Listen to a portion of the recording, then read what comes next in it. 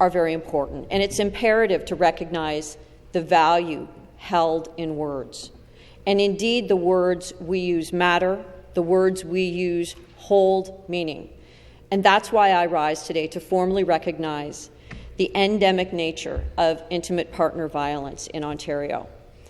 So the use of the word endemic in the characterization of gender-based and intimate partner violence attests to its systematic nature. Gender-based and intimate partner violence is sadly present in our society. It's pervasive, and it's marked by persistence and systematic patterns.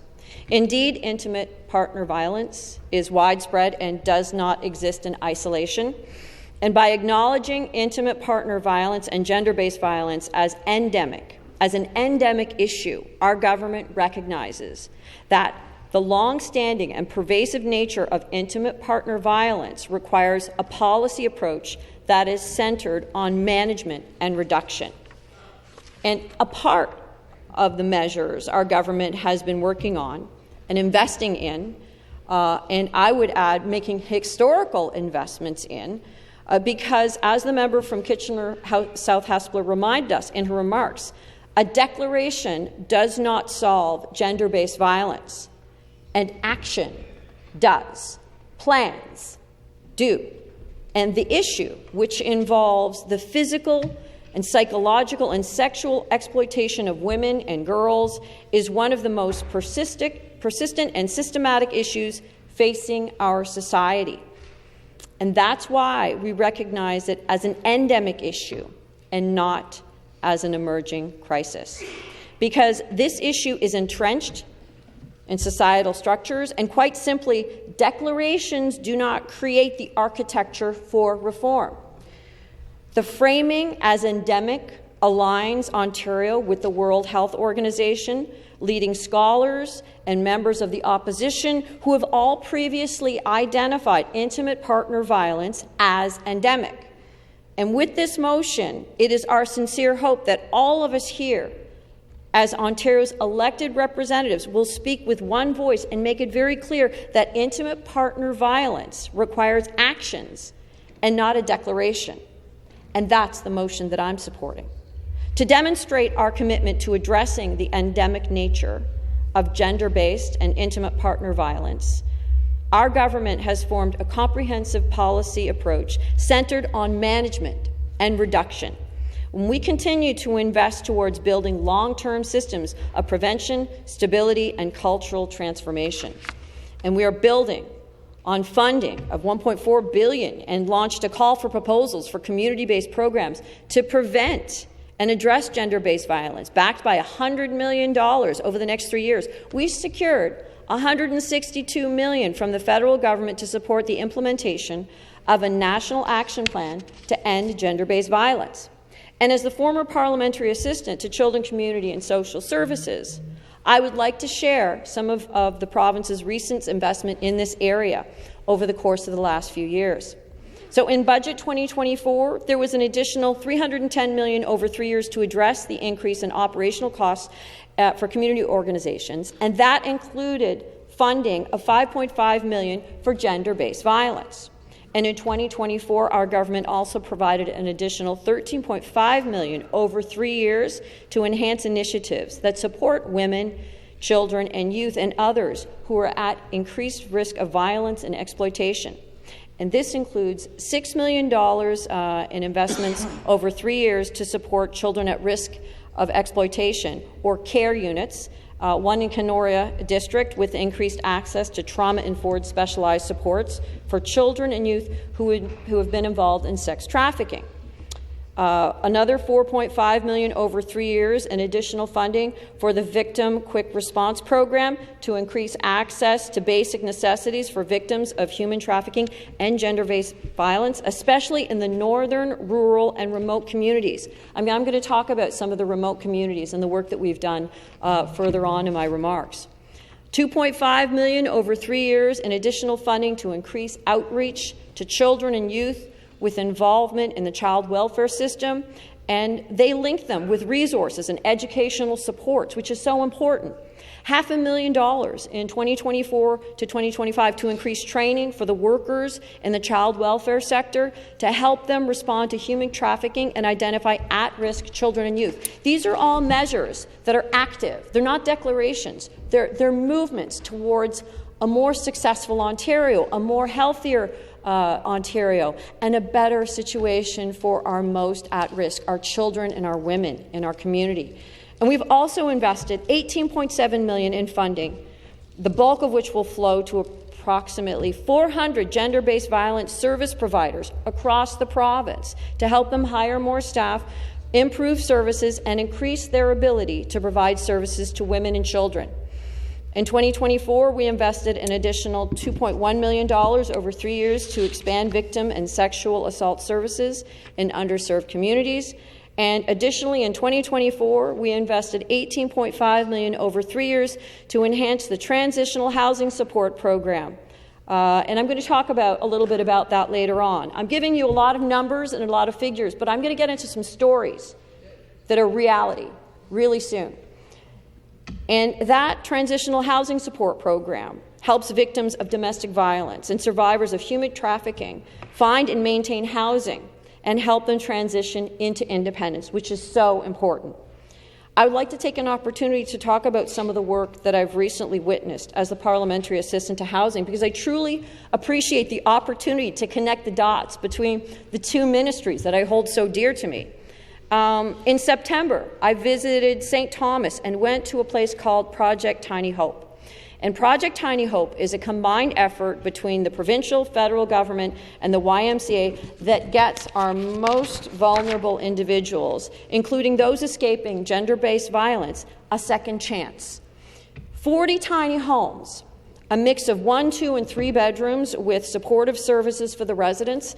And this funding comes from the Canadian-Ontario Community Housing Initiative. We call it COCHI for short. And the houses are fully outfitted with a full kitchen, bathroom, laundry machine, private bedroom, and living rooms. They're wonderful units. And it's giving these vulnerable women and their children a fresh start and a new opportunity.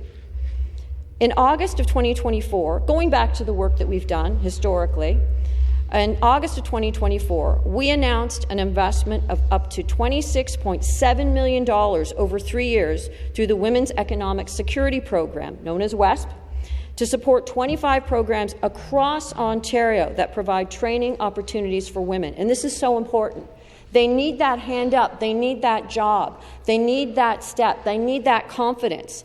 And I know the minister would appreciate this because she understands better than all of us in her previous life that women need that confidence and they need that opportunity to move forward, especially for their children. And this investment will include up to $11.7 million in funding through a bilateral agreement with the federal government on the National Action Plan to End Gender-Based Violence. And this investment is part of Ontario's 4-year action plan to prevent and address gender-based violence. And this plan focuses on building safer and healthier communities through violence prevention while supporting women's well-being and economic opportunities.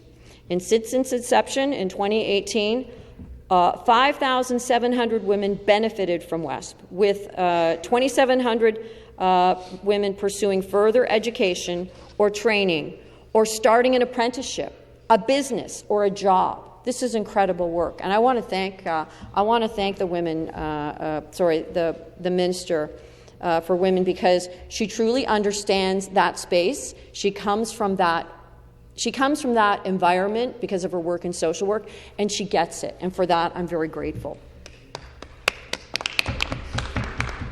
We're continuing to fight against human trafficking by investing more than $345 million over the next 5 years as we renew our government's anti-human trafficking strategy, and this brings our government's total commitment to more than $650 million. We've provided children's aid societies with more tools to protect the youth in their care from human trafficking. And on Monday, this is a great announcement, Speaker, we announced $26.7 million in investment aimed at protecting survivors of gender-based violence by expanding access to emergency shelters and enhancing the Family Court Support Worker Program. And this funding would add more than 300 new shelter spaces and boost capacity at over 65 emergency shelters across this province. And Ontario shelters, by the way, serve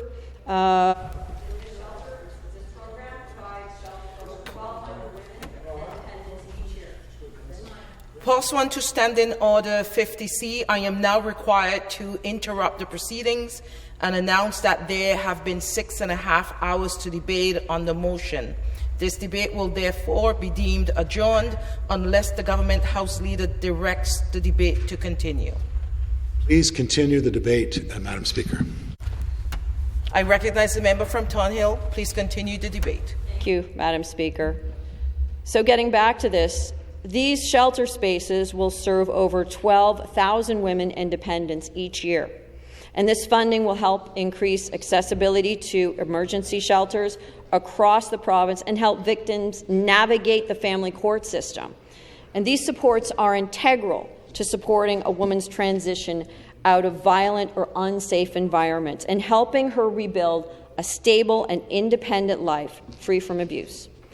This investment will help frontline agencies and survivors with a safe place to heal and rebuild their lives, increasing capacity at over 65 emergency shelters, including rural and remote and northern communities and Indigenous-led shelters to ensure a space is available where and when it's needed. So, Speaker, I'm going to talk a little bit about my previous life.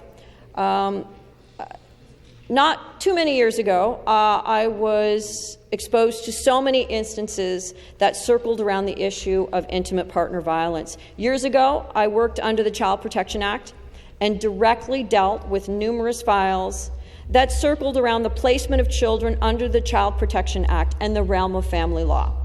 The work was exceptionally rewarding. I worked with different social agencies and council to help achieve the best possible results for the children and the families that were affected. And I've seen countless files that have resonated within the theme of intimate partner violence. And I recall having so many colleagues who were so diligent. They worked so hard to ensure that we met the time frames so that we could achieve the best possible results for both the women and the children impacted. It was rewarding work, and I'm so proud of that time that I spent working within that realm. It gave me great perspective. And the Family Law Information Centres, also known as the FLIC offices, which provide assistance and guidance for the filling out of forms within the court processes. I understand. I remember seeing the look on those women's face when they would walk through the courts. They needed help, and those FLIC offices were there to help them.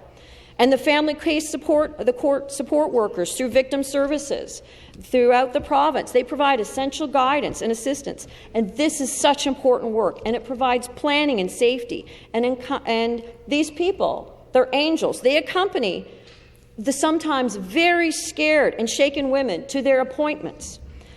Both of these programs that I just talked about were, by the way, just recently received more funding in the package that I talked about earlier, giving more women, giving more women and families more support when navigating the court system. Yeah. One of the highlights of my work within the Ministry of Children, Community and Social Services and supported by that same ministry, you'll recall, was the YIPPY program. And YOUTH stands for Youth and Policing Initiative. And YIPPY provided youth with an exceptional opportunity to work and mentor with various police organizations across the province, giving these youth a solid foundation, because that's what it's all about. I know the member from South Hespeler, she talked about having a solid foundation or an architecture for our student. And this is the important stuff. This is the important stuff. Overall, we've made comprehensive and expansive investments that provide more prevention, more protection, and more support for women and children affected by gender-based violence and intimate partner violence.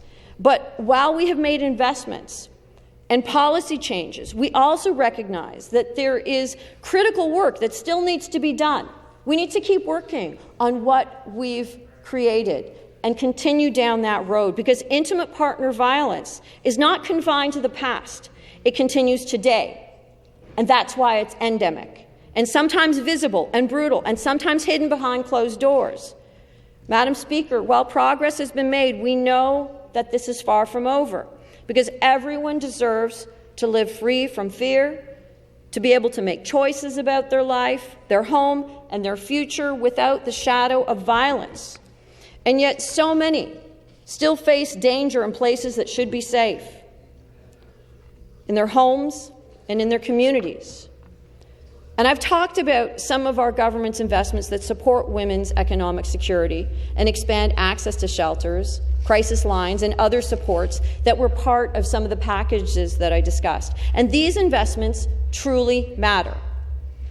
They can only carry as far as the work, we can only carry this as far as the work being done to change our cultural fabric. And the pieces less talked about, a statement, that isn't the work. This is the work. And gender-based violence is not always visible. I think I've talked about this. It's not always marked by bruises or police reports. I'm going to do a shameless plug. I brought a private member's bill, an act to change an amendment to the change of name, which actually provides that heinous criminals under the sex offender list, Christopher's Law, cannot change their name. I did this because of the work that I did in my previous life, and it was widely supported, so much so that it was adopted into Safer Streets Bill. So I didn't even have to cross the line with it. It was accepted, and we got it done for Christopher and the memory of him and his parents, and that was a proud moment. It's the women who stay silent because she fears so much, and it's the child who feels hopeless when they've been exploited and tormented, never knowing what true security feels like. And it's the mother who lies awake at night wondering how she will keep her children safe if she leaves. And these are all very real issues that I could get into from my previous life. But I really don't want to cry in this house again. I want to keep that very clear. I could be very emotional, and it's very challenging to talk about this issue because I've seen it firsthand, and it's very difficult. So that's why, and that's what makes this issue so meaningful, because behind every statistic is a person whose life has been interrupted, a child who's seen too much, and a community forever changed for that child. We owe it to future generations to help break that cycle. That means continuing the important work. It means making sure that our youth learn what healthy relationships look like, that they understand boundaries, empathy, and respect. And it means giving our teachers and coaches something that I know the member from Kitchener South Hespeler has talked about, giving them the tools to identify when a student might be in danger and to know how to help. And it means having the resources and supports necessary to help those who are affected by gender-based violence, and helping those people affected transition to safety, stability, and independence, all while ensuring that they have access to housing opportunities and other opportunities to rebuild their lives. So I want to thank the member from Kitchener South Hespeler for her hours and hours of work on this. I was able to join her in committee, and I know how much dedication she put forward on this critical issue of making knowledge usable, because that's what it's all about. We can make a declaration, but taking that information and making knowledgeable effective, bringing an architecture, and I'm quoting her. And I want to thank the Minister of Children, Community and Social Services and the Associate Minister of Women's Social Economic Opportunity for their steadfast leadership, who helped bring so many of the different projects that I just talked about into fruition, because these are the architects. This is the architecture of what we need to continue to build on. And I'm going to go back once again to the remarks of the member of South Hespeler. Declarations do not create architecture for change. Plans and action do. Madam Speaker, the work for gender-based and intimate partner violence is not done, but neither is our resolve. We're going to continue to strive, not just today, but every day, to effectuate positive and systematic change. And that's why I'm in support of our motion, which provides the term endemic, and that's why I'm not in support of the record amendment that was submitted by the opposition. Thank you very much. For the debate, I recognize the member from Toronto, Danforth. Speaker, thanks. I really appreciate the opportunity to speak to this bill today.